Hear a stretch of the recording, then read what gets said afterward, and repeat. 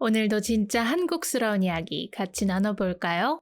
외국인들이 깜짝 놀라는 한국 문화부터 한국 사람들도 야, 진짜 그러네 하고 고개를 끄덕이게 되는 이야기까지 모두 나눠볼게요. 지금 바로 시작하겠습니다. That's so Korean!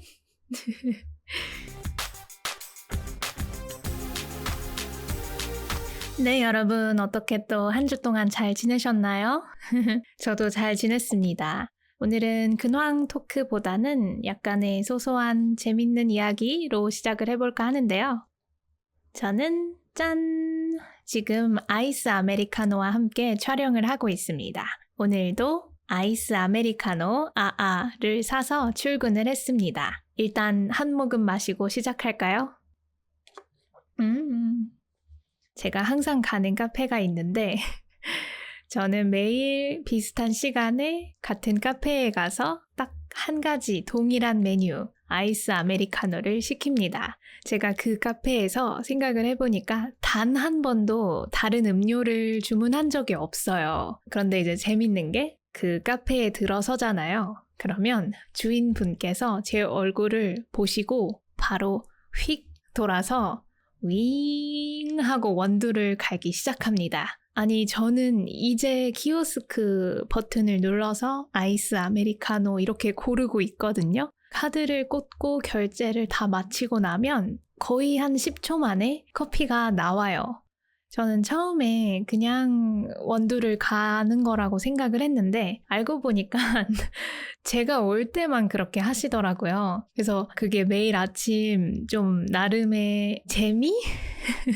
웃긴 포인트예요. 그래서 속으로 오늘은 한번 다른 음료를 시켜봐? 막 이럴 때도 있는데 제가 커피를 너무 좋아하고 특히 일할 때 커피가 없으면 안 되다 보니까 저도 늘 아이스 아메리카노를 주문을 하는데요. 그 주인분께서 너무 알아서 잘 준비를 해주시다 보니까 그 카페를 안 갈래야 안 갈 수가 없겠더라고요. 그 매장에 들어서서 커피를 주문하고 받고 나오는 데까지 한 1분도 안 걸리는 것 같아요. 그래서 너무 효율적이고 너무 좋고 참고로 저는 다크하고 그러니까 쓰고 고소한 그런 원두를 좋아하거든요. 저는 산미 있는 커피는 좋아하지 않고 쓰고 심지어 탄 맛이 나는 그런 커피를 좋아하는데 그 카페가 탄 맛 나는 커피를 되게 잘해요. 그래서 더더욱 매일 아침 항상 그 카페에 가게 되는데 아무튼 알아서 준비해 주시는 것도 조금 웃기고 왜냐하면 주인분이랑 저랑 스몰 토크도 한 적이 없거든요. 그런데 저를 이렇게 딱 알아보시고 그러니까 제 얼굴에 아이스 아메리카노라고 써있나 봐요. 그래서 알아서 준비를 해주시는 것도 조금 웃기고 커피도 맛있고 값도 쌉니다. 이거 한 잔에 2,000원이에요. 그래서 값도 싸고 빨리 나오고 이래서 항상 그곳에 갑니다. 네, 아무튼 오늘 이렇게 커피 이야기로 문을 열어봤는데요. 그 이유는 오늘의 주제가 한국의 카페이기 때문입니다. 그러면 지금부터 오늘의 주제, 카페에 대해서 이야기를 해보겠습니다. 여러분 카페 좋아하세요? 그리고 또 커피 좋아하세요? 댓글로 한번 알려주세요. 저는 누가 한국에 온다고 하면 어디 가시게요? 이렇게 물어봐요. 그러면 특히 요 근래에 카페에 간다고 하시는 분들이 되게 많더라고요. 좀 힙한 동네에 놀러 가도 외국인 분들이 많이 보이고 그래서 좀 신기하다 이렇게 생각을 했는데요. 한국인들끼리 요즘에 하는 이야기인데 요 근래에 진짜 한국을 관광하는 외국인 분들이 많은 것 같다. 과거에 비해서 는 것 같다. 이런 이야기를 많이 합니다. 특히 서울에서 좀 유명한 동네에 가면 인기가 많은 카페가 하나씩은 꼭 있는데요. 예를 들어서 성수동의 대림 땡땡 혹은 안국의 어니땡이라는 한옥 카페처럼 인기가 많은 카페에 가면 외국분들이 정말 많으시더라고요. 그리고 또 물어보면 카페를 한 군데만 가는 게 아니라 컨셉별로 종류별로 이렇게 돌아다니면서 투어를 한다고 하더라고요. 그만큼 투어를 다닐 정도로 한국에서 카페가 개수도 많고 종류도 다양하다 이렇게 좀 볼 수 있을 것 같아요. 그렇다면 한국에 카페가 많다고 하는데 과연 얼마나 많은 걸까요? 제가 조사한 자료에 따르면 2024년에 한국 전국에 카페의 수가 10만 개를 처음으로 돌파했다고 합니다. 이게 여러분의 나라와 비교하면 그렇게 크지 않은 숫자일 수도 있는데 한국의 면적이 작고 특히나 대부분의 것들이 서울에 좀 집중이 되다 보니까 저는 그러한 밀집도를 고려를 하면 이 숫자가 좀 실감이 나는 것 같아요. 이 10만 개라는 숫자가 치킨집보다도 많은 거라고 해요. 한국의 치킨 브랜드도 정말 정말 많거든요. 그런데 커피의 브랜드 수가 886개여서 치킨 브랜드 수보다 무려 200개나 많은 거라고 하네요. 와, 정말 놀랍죠? 그리고 꼭 이런 수치가 아니더라도 외국인 친구들하고 대화를 하다 보면 가장 좀 놀라는 부분이 한국의 스타벅스가 왜 이렇게 많냐라는 건데요. 특히 강남에 가시면요. 사거리가 있잖아요. 이 매 귀퉁이마다 모두 스타벅스가 있는 그런 구역도 있고요. 그리고 제 직전 사무실에도요. 1층에 스타벅스가 크게 있었는데요. 횡단보도만 조금 건너면 바로 건너편에 또 다른 스타벅스가 있었습니다. 그러니까 스타벅스 2개가 길 하나를 두고 마주보고 있는 거예요. 그래서 언제 한 번은 제가 출근할 때 사이렌 오더로 음료를 미리 주문을 하는데요. 지도상으로 너무 가깝게 붙어 있다 보니까 반대편에 있는 지점으로 헷갈렸던 적이 있습니다. 그 정도로 가깝게 붙어 있는데요. 그러면 장사가 잘 안 될 것 같잖아요. 아니요. 한국에서 스타벅스에는 사람들이 정말 정말 많습니다. 네, 그리고 한국의 카페는 많기도 많지만 컨셉도 종류도 너무 다양하죠. 한옥을 개조한 한옥 카페부터 해서 동물들을 볼 수 있는 동물 카페, 또 LP판을 들을 수 있는 LP 카페도 있고 책을 읽을 수 있는 북카페, 서울 외곽에 있는 대형 카페 등등 정말 정말 다양한데요. 마침 오늘 저희 어머니께서 아침에 카톡 하나를 보내셨는데요. 파주에 있는 초대형 카페에 왔는데 카페가 너무 커서 두리번 거리다가 길을 잃었다고 하시는 거예요. 그래서 아니 카페가 도대체 크면 얼마나 큰가 해서 사진을 딱 봤더니 저는 어머니가 무슨 기차역에 계신 줄 알았어요. 이 공간 자체가 커서 카페라고는 생각이 잘 안 들 정도의 그런 초대형 카페였습니다.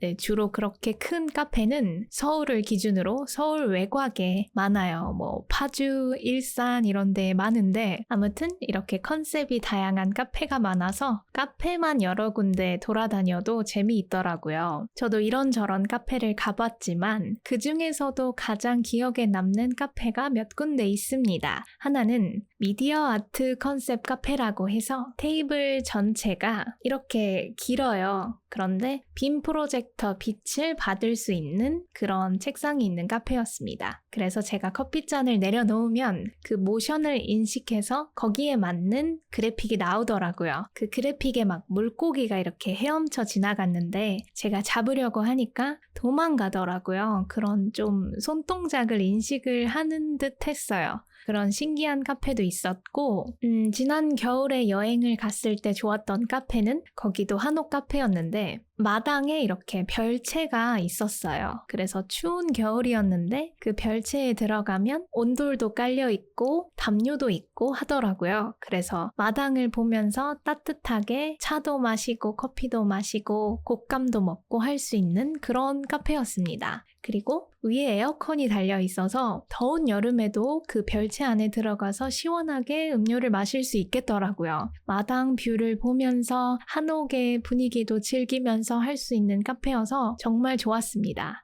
자, 그러면 한국 사람들은 카페에 왜 갈까요? 다른 많은 이유가 있겠지만 기본적으로 커피를 마시러 카페에 갑니다.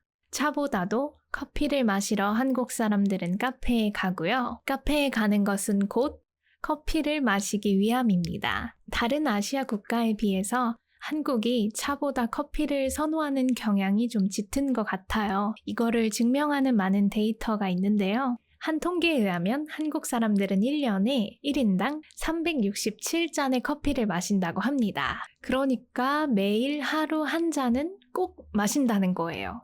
그러면 한국 사람들이 언제부터 커피를 이렇게 좋아했을까요? 아주 옛날 옛적 조선시대로 올라가면 19세기 말에 고종 황제가 커피를 즐겨 마셨다는 건 한국 사람들에게 익히 알려진 사실입니다. 그때는 커피를 가베라고 불렀습니다. 여러분 미스터 션샤인이라는 드라마 보시면 진짜 고종 황제가 커피를 즐기는 그런 모습이 자주 나옵니다. 그리고 시간이 흘러서 20세기 들어서부터는 다방이라는 게 생겨서 커피가 대중화가 되었다고 합니다. 특히 70년대, 80년대 들어서면서 커피 믹스도 개발이 되고 커피 자판기도 나오게 되면서 많은 대중들이 커피를 즐겼다고 합니다. 그러다가 한국에도 외국의 프랜차이즈 기업이 들어오고 하면서 국내 프랜차이즈 기업도 생겨나곤 했는데요. 1999년 7월 27일에 이화여자대학교 앞에 첫 스타벅스가 오픈을 했다고 하네요. 신기합니다. 그리고 현재는 한국에서 스페셜티 커피가 대중화가 되어서요. 많은 한국 사람들이 바리스타가 만들어주는 특색 있는 커피를 선호하기도 하고요. 주문할 때 산미 있는 커피를 마실 건지 아니면 고소한 커피를 마실 건지 이렇게 원두를 구분해 가면서 주문하는 거에 익숙해진 것 같아요. 그리고 개성 있는 개인 카페들도 정말 많고요. 개인적인 생각인데 한국 사람들은 단맛보다는 좀 쓴맛을 선호하는 것 같아요. 디저트 같은 경우도 너무 단맛만 있기보다는 좀 적당히 쌉싸름한 그런 디저트가 잘 팔리거든요. 또 한국 사람들은 너무 밍밍한 맛보다는 강력한 맛을 좋아합니다. 맵든 짜든 쓰든 확실해야 되는데 아무래도 차에 비해서는 커피가 맛이 확실히 느껴지다 보니까 그래서 한국에서 커피가 좀 자리를 잡지 않았나 싶습니다. 그리고 꼭 커피가 아니더라도 카페에 가는 다른 많은 이유가 있죠. 개인적인 의견이지만 한국에서는 밖에서 놀 때 밥을 먹고 나서 그 다음으로 갈 공간이 그렇게 많지 않은 것 같아요. 어떤 한 건축가분께서 이유를 분석한 거를 우연히 보게 됐는데 외국에는 벤치라든지 공원이라든지 그렇게 밖에서 모두가 즐길 수 있는 공간이 많은 반면에 한국은 그 수가 너무 적다는 거예요. 그래서 그 식사를 하던 공간을 벗어나서 다른 곳에서 이야기를 하려고 하면 결국 카페밖에 없다는 거예요. 근데 정말 맞는 게 친구들이랑 놀 때나 데이트할 때나 거의 정해진 루틴처럼 밥 먹고 카페 가고 영화를 보거나 영화 보고 카페 가고 밥 먹거나 이렇게 좀 카페가 항상 그 밖에서 시간을 보낼 수 있는 공간으로도 쓰는데요. 진짜 그런 게요. 친구들이랑 놀 때든 데이트할 때든 밥을 먹고 나면 카페에 되게 자연스럽게 가게 됩니다. 특히나 여름은 너무 덥고 또 겨울은 너무 춥다 보니까 아늑한 실내인 카페에 가서 밥 먹을 때 미처 하지 못했던 이야기를 나누고 또 예쁜 카페면 사진도 찍고 그렇게 하게 되는 것 같습니다. 또 공부나 일을 하러 갈 수도 있습니다. 카공족이라고 해서 카페에서 공부를 하는 사람을 이르는 말도 생겨났을 정도로 카공족도 정말 많습니다. 물론 모든 카공족이 그런 건 아니겠지만 일부 카공족이 너무 음료 하나만 시켜놓고 큰 테이블을 하루 종일 차지하고 있어서 사회적으로 문제가 된 적도 있는데요. 카페가 콘센트도 있고 와이파이도 되고 쾌적하다 보니까 작업하는 사람들도 정말 많아서 아예 서울에 작업하기 좋은 카페 이런 큐레이션 게시물이 있을 정도로 카페가 작업하는 공간으로서의 역할도 하는 것 같습니다. 그리고 또 이런 의견도 인터넷에 봤어요. 특히 서울의 경우 자취하시는 분들은 집이 좀 작으니까 그런 주거 환경이 불만족스러워서 카페로 나가는 경우도 있다고 하네요. 그리고 직장인들은 점심 식사 후에 커피 한 잔을 이렇게 꼭 하는 분들이 많은데요. 아무래도 매일매일 커피를 사 마셔야 되니까 커피값도 부담이 될 수가 있죠. 그래서 최근 몇 년 사이에 저가 커피 전문점이 우후죽순으로 늘어났습니다. 이렇게 좀 목적에 따라서 각기 다른 카페를 방문하는 것 같아요. 저의 경우도 사무실에 출근할 때는 그냥 저가 커피 전문점에서 아이스 아메리카노를 한 잔을 사서 옵니다. 그리고 좀 아예 카페에 가서 작업을 해야겠다라고 마음 먹은 날에는 쾌적하고 넓은 카페에 가서 한두 시간 정도 노트북을 하고요. 이제 친구들이랑 놀아야겠다 싶으면 분위기가 좋은 카페에 갑니다. 제가 엊그제에도 가족이랑 좀 재밌는 시간을 보내고 싶어서 카페를 검색을 해보니까 약간 반지하에 있는 카페가 있더라고요. 재밌을 것 같아서 갔는데 컨셉이 토끼였어요. 토끼 모양의 빵도 있고 토끼 인형도 이렇게 군데군데 놔서 카페가 반지하로 되어 있으니까 토끼굴에 간 것 같은 느낌이 들더라고요. 그래서 약간 그렇게 놀 때는 좀 이색적인 카페, 분위기가 좋은 카페 이런 데에 가는 것 같습니다. 여러분은 어떤 카페를 선호하세요? 저는 노트북 작업을 하러 가는 카페는 콘센트도 많아야 되고 좀 쾌적해야 되는 것 같아요. 그리고 저는 너무 푹신한 의자보다는 살짝 딱딱한 의자가 있는 카페가 좋습니다. 안 그러면 허리가 아파요. 그리고 반대로 친구랑 수다를 떨 목적으로 간다. 그러면 그 주인분이 있는 카운터랑 마주보지 않는 구조의 카페를 선호합니다. 친구랑 이렇게 이야기를 하고 있는데 자꾸 주인분이랑 눈이 마주치면 조금 대화에 집중이 안 되더라고요. 그래서 이렇게 좀 구석으로 들어갈 수 있는 카페가 좋더라고요. 여러분은 어떤 카페를 선호하시는지 알려주세요. 네, 이어서 한국에 있는 카페를 몇 개 더 살펴보겠습니다. 여러분 한옥 카페 많이 가보고 싶어 하시죠? 한옥 카페야말로 도심에서 좀 고즈넉하고 전통적인 분위기를 느낄 수 있는 곳인 것 같아요.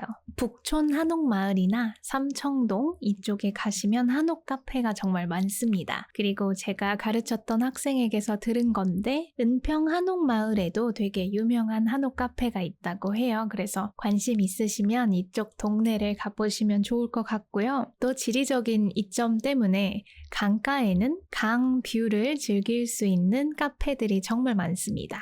그리고 최근에 제가 폭포 뷰를 즐길 수 있는 카페에 다녀왔는데요. 되게 재밌었어요. 그 폭포가 인공적으로 만들어진 폭포였거든요. 그리고 이렇게 고가도로 밑에 길게 늘어선 카페라고 해야 될까요? 아무튼 카페가 되게 길었는데 그 모든 자리에서 폭포를 다 볼 수 있었어요. 그 고가도로 밑에는 사실은 좀 죽은 공간이잖아요. 차들밖에 지나다니지 못하는데 그곳을 어떻게 잘 이렇게 개조해가지고 사람들이 찾아오게끔 구성을 한 게 좀 신기했습니다. 또 최근에 이런 카페에 다녀왔는데요. 카페 이전에 목욕탕이었습니다. 대중 목욕탕이어서요. 실제로 사용했던 그 탕을 그대로 살리고 나머지 공간을 카페로 리모델링을 했더라고요. 그래서 카페 한가운데에 정말로 탕이 있어요. 그 탕을 보면서 커피를 마시는 그런 곳인데 그것도 되게 신기하고 재미있는 경험이었습니다. 제 기억에 문에도 대중 목욕탕 이렇게 써 있었던 것 같고 좀 이전의 공간을 그대로 살리면서 카페로 여는 그런 형태가 되게 많은 것 같아요. 그리고 이건 인터넷에서 봤는데 너무 신기해서 가지고 왔는데요. 비행기를 통째로 재현한 카페가 등장했다고 합니다. 그래서 그 비행기 좌석에 앉기 위해서 평일에도 오픈런을 하는 사람들까지 등장했다고 하는데 포토존뿐만 아니라 주문하는 곳, 화장실, 메뉴까지 비행기 컨셉을 충실하게 구현을 해서 좋은 반응을 얻고 있다고 하네요.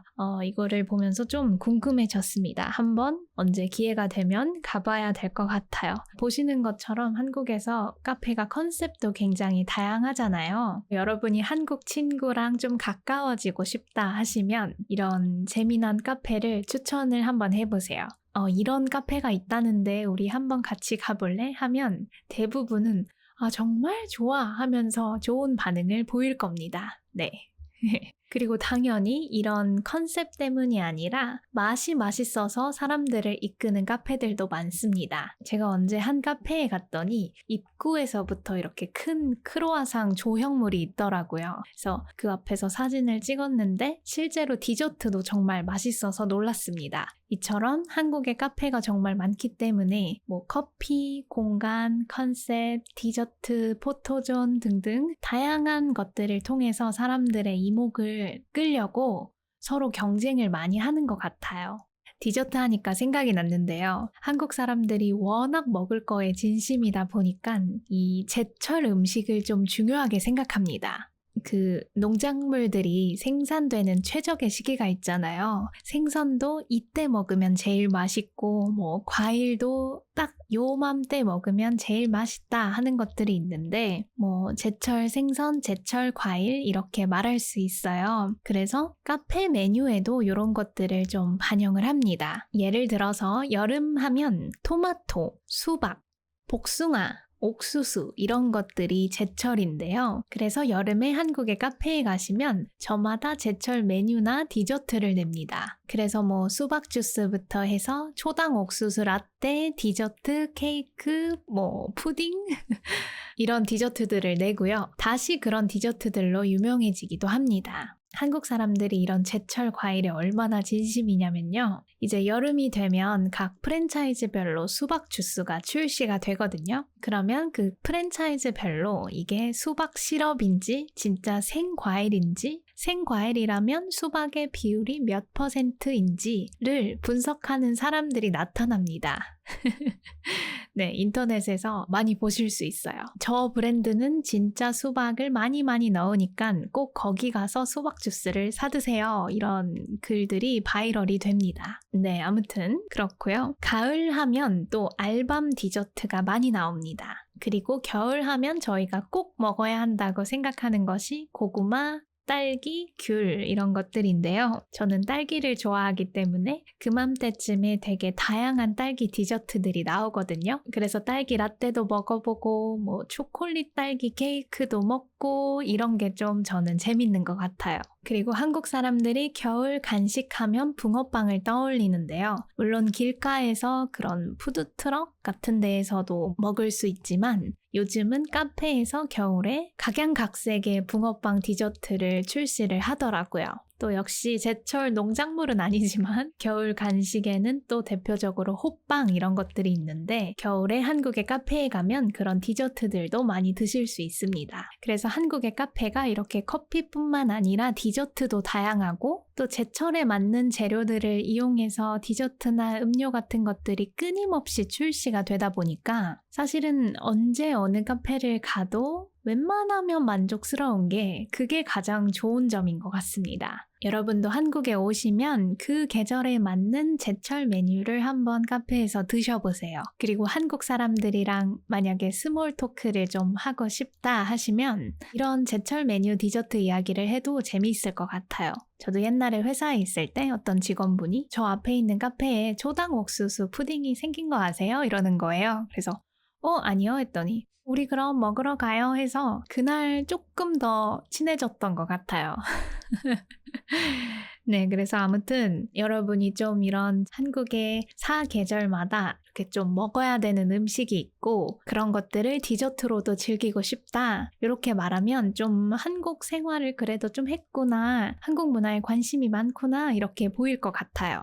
네, 그리고 이거는 재미있을 것 같아서 가지고 와봤는데요. 요즘은 한 곳에서 많은 것들을 할 수 있는 그런 카페들도 좀 생겨나고 있다고 합니다. 뭐 예전에는 카페 갔다가 전시 보러 가자, 뭐 사진 찍으러 가자 이렇게 했었는데 지금은 카페 안에서 해결할 수 있는 곳들이 많다고 하네요. 예를 들어서 카페 안에 포토부스가 있어서 커피를 마시면서 사진을 찍을 수도 있고요. 최근에 화제가 되었던 게요. 카페에서 영화를 관람할 수도 있다고 합니다. 그러니까 아까 우리 얘기했던 영화 보고 카페 간다 혹은 카페 갔다 영화 본다 요거를 한 공간에서 할 수 있는 그런 카페도 있다고 하네요. 개인적인 생각이지만 그 팝업 스토어가 최근 몇 년간 한국에서 유행을 했잖아요. 그러면서 이제 이미 한국 사람들이 한 공간에서 이것저것 많은 것들을 즐기는 그런 경험에 좀 익숙해져서 그런지는 몰라도 카페가 점점 수다 떠는 곳 음료를 마시는 곳 이렇게 한 가지만 할 수 있는 것이 아니라 복합적인 경험을 중시하는 곳으로 좀 나아가는 게 아닌가 이런 생각도 드네요. 저도 생각을 해보면 어떤 카페에 그냥 우연히 갔는데 거기에 이렇게 영수증 사진기 같은 게 있었어요. 영수증인데 겸사겸사 사진까지 나오는 그런 카페도 있었던 것 같고 뭐 듣기로는 뜨개질을 할 수 있는 카페도 있다고 하고 다른 공간에서 할 수 있는 활동을 카페에서도 할 수 있다. 이런 것들이 좀 늘고 있는 것 같아요. 그래서 여러분도 한국 여행하시면 이런저런 다양한 카페를 검색을 해보시고 찾아가시면 정말 재미있을 것 같습니다. 여러분이 한국에서 가보고 싶은 카페 스타일은 어떤 건가요? 그리고 혹시 한국에서 되게 이색적인 카페에 방문을 해보셨다면 댓글로 좀 알려주세요. 저도 궁금합니다. 그리고 마지막으로 주제와 관련이 있을 것 같아서 이것도 준비를 해봤는데요. 바로 생일 카페입니다. 이거는 그냥 일반 카페를 대관을 합니다. 빌려서 특히 아이돌 팬분들이 그 아이돌을 주제로 그 카페를 막 꾸며요. 현수막도 걸고 뭐 배너도 세우고 풍선도 붙여놓고 거의 뭐 파티 분위기처럼 그렇게 일정 기간 동안 꾸미는 거를 생일 카페를 연다라고 하는데요. 그냥 그 아이돌 가수의 팬이 아닌 일반 사람들이 평소와 같이 그 카페를 방문했을 때 아, 저 아이돌의 생일이구나 라고 알 수 있게끔 그 공간을 꾸며놓는 이벤트를 합니다. 그래서 이런 생일 파티 문화가 있다는 것도 좀 알려드리고 싶었고요. 여러분의 나라에도 이런 문화가 있는지 좀 궁금하네요. 그리고 만약에 생일 카페를 연다면 누구로 어떻게 열고 싶으세요? 그것도 알려주세요. 네, 여러분, 오늘 한국의 카페를 주제로 이런저런 다양한 이야기를 정말 많이 나눠봤는데요. 어떻게 재미있으셨나요? 혹시 또 카페와 관련해서 궁금하신 점이 있으시다면 언제든지 댓글 남겨주시고요. 저희 팟캐스트에서 나눴던 모든 이야기가 대본으로 올라가 있는 저희 페이트론 사이트도 한번 확인해 주시면 감사하겠습니다. 가입하신 분들만 볼 수 있는 독점 에피소드가 곧 공개되니까 많은 관심 가져주시고요. 혹시 또 알고 싶은 한국의 문화, 듣고 싶은 주제가 있다면 언제든지 또 알려주세요. 오늘 들어주셔서 감사합니다. 그럼 저는 다음 시간에 찾아오도록 하겠습니다. 안녕!